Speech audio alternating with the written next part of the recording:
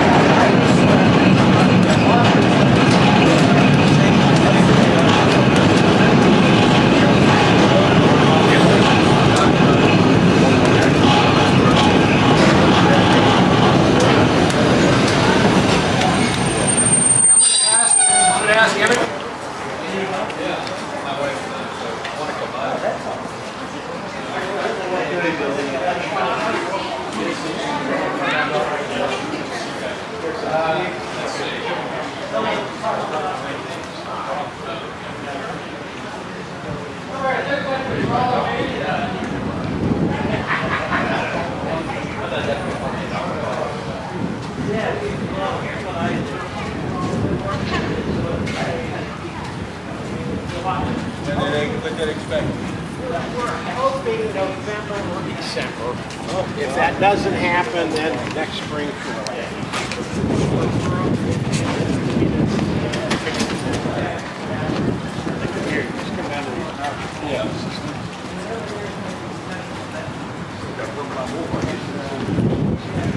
Here for the glass doors. The whole thing, the whole idea is that you drive down the driveway here, you drive down the parking lot will be out the right, and then you go to those doors, and then the gift shop and ticket booth is going to be on this left side, by your mission. Exhibits over here, exhibits on this other side, and then once you're done with that building, and then you come out, straight across to this cable. There's going to be stuff for some time, and then maybe a couple of back doors every day or the weekend, and then you walk on the car here for the long ride, and then up across the car, create a safety island, and then on the city. Basically, taking down. So this is how it started. The progression from the horse-drawn streetcar to the electric streetcar. You were just on an electric streetcar. The way it started, horse-drawn, mule-drawn streetcars right about the time after the Civil War. This actually ran in Pittsburgh in the 1870s. Advantages back then, the streets were not always paved. There were a lot of animals on the street pulling the wagons and the carts, so the streets were messy. And if you were in your Sunday finest and you were going across town and it was raining, it was messy. So if you got into this, go across town, it was a bit of a help. Disadvantage, it was slow, it was not heated.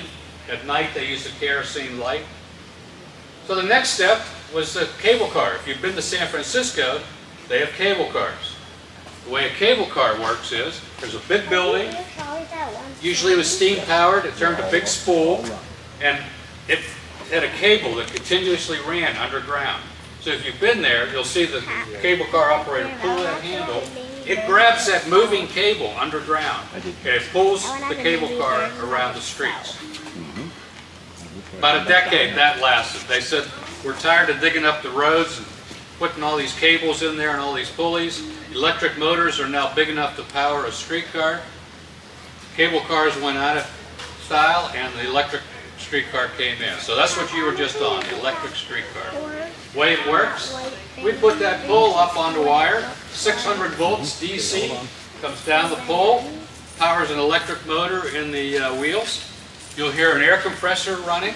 It fills the tank with compressed air, and we have brakes. So pretty simple operation. You've got tracks and an extension cord. You can go pretty far. Another advantage of the electric streetcar, now you've got heat, now you've got light. So that was the progression. We still have electric streetcars in Pittsburgh. They just call them light rail now. But pretty much the same thing. You've got a track and you've got a pantograph that goes up on the wire. So that was your first fact. The progression to electric streetcars was horse-drawn to cable cars to electric streetcar. Pittsburgh had cable cars. Chicago had the most cable cars of any city in the U.S. San Francisco kept them because they're good on hills, because they're being pulled by that cable. Second fact, this is a term. This building we're in, and the building at the other end where all of our streetcars are parked, is called a trolley barn. That goes back 100 and some years because that's where they kept the trolleys and the horses and the mules. So we still call it a trolley barn. All right, any questions? All right, we're going to move down this way.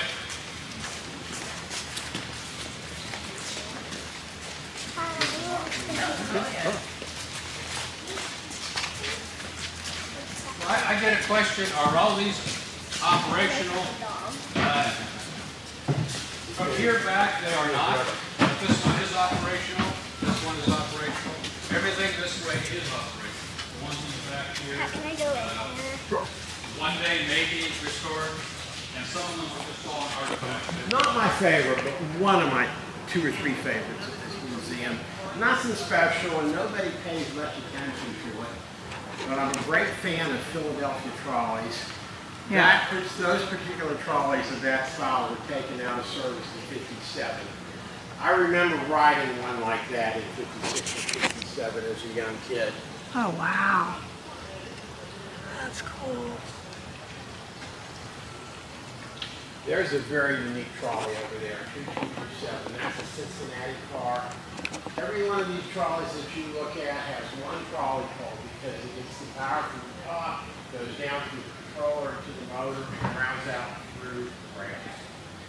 Cincinnati said, nope, we're not doing it that way. We're not grounding anything through the rails. Time to go. Is it time to go? Yep. Okay. Just lay in. Not quite, Okay, so almost. I was telling you about the interurbans. They ran between cities. This is Wexford Station. It was up north of Pittsburgh. It was an interurban station. This is what it would have looked like.